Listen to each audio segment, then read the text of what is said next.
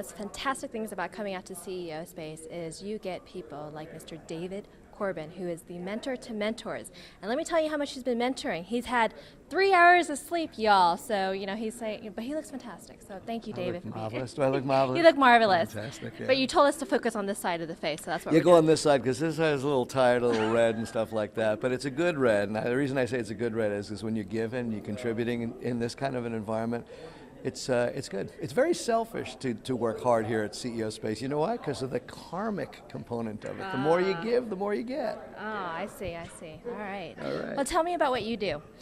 Whoa, what do I do? Well, my mom had the hardest time telling her friends what her youngest son, David, did for a living. She sad, launder money, because I did pretty well. I work with successful people and help them to get even more successful. And I've worked with some people that have yet to become successful, and I help them. Someone said, I think, David, you're in the human trafficking business. I said, what? They go, well, you help people to get from where they are to where they want to be. I went, okay, well, then that's a good human trafficking business, right? And they go, yeah. So I work with some famous people, I work with not famous people, but I really help them to get real and get to the next level of what we call success. Oh, nice. Well, tell me, what does success mean to you?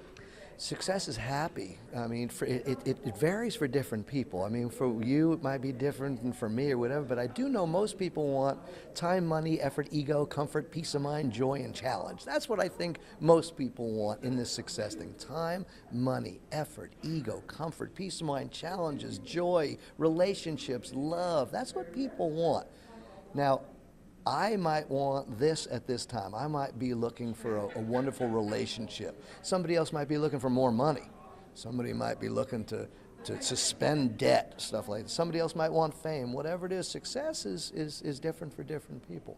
But I think the common thread of success has to do with peace of mind, feeling good in your skin, feeling gratitude, appreciation, loving a good smile. I think it is different. That's what works for me.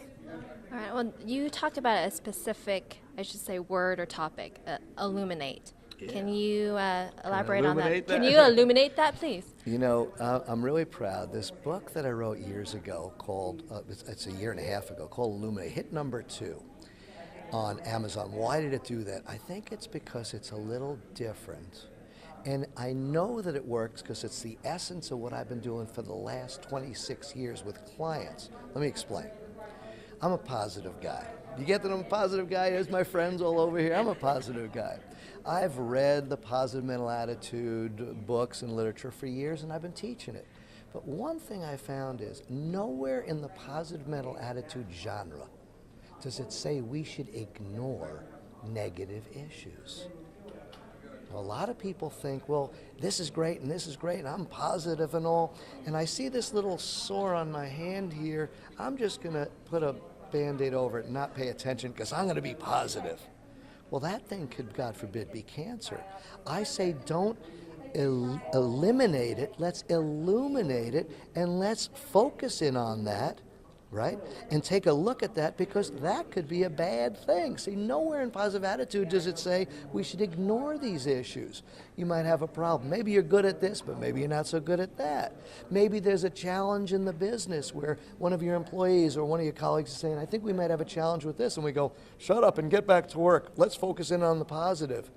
Well, that smoke that they're smelling could be a fire, you dig? So that's the illuminate model. It's basically, and here's the sum. You can't solve everything that you face, but you can't solve anything unless you face it. And that's what Illuminate's about. Man, you are totally rocking my world right now, because I was told to focus on your strengths and not your weaknesses, to focus on what's working and what's growing.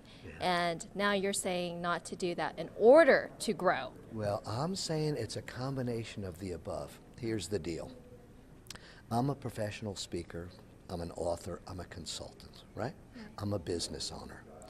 I can speak fairly well, I can do this, I can make movies, but when it comes to reading a financial statement in my business, I wasn't so great at that. Not only was I not so great at it, I hated it. I would rather put a pencil in my eye than have to figure all that sort of stuff out. So I looked and I made a circle, and I have my clients do this. I don't care if it's the CEO of a Fortune 5 company or a cabinet member, and I've worked with them. I have them make a circle, and in the circle there are spokes on a wheel. Each spoke is a core competency. So maybe in my case, professional speaking, advising, consulting, communication, etc. And one of them might be financial analysis of a financial statement. On everything, I might be an 8 or a 9. 10 is awesome. 0 is you are terrible, you suck. You know, cha-ching and suck. So I might be a 7, 8, or 9 all over the place. But on one, I'm a 3. So now, should I just forget that? Should I forget the 3 because I'm not good and just focus in on the positive? No, I'm going to look and see where I'm a 3 and say, I'm going to set a goal to be a 6. I'm going to learn more about it. Not that I'm going to become an accountant, but just even so I can hire a good accountant and analyze their skills, I got to hone my skills. So I'm going to close the gap between a 3 and a 6. I call that PGA. It has nothing to do with Tiger Woods or golf. It's performance gap analysis. Analyze the gap, see where you're a 3, set a goal to be a 6, and boom. That's what I call closing the gaps, and that's illuminating the negative. And that's why he gets paid the big bucks. David, thank you so much. You always give, and we're so happy and honored to be here with you and to know you. Thank you. Did we done good? Did we done good?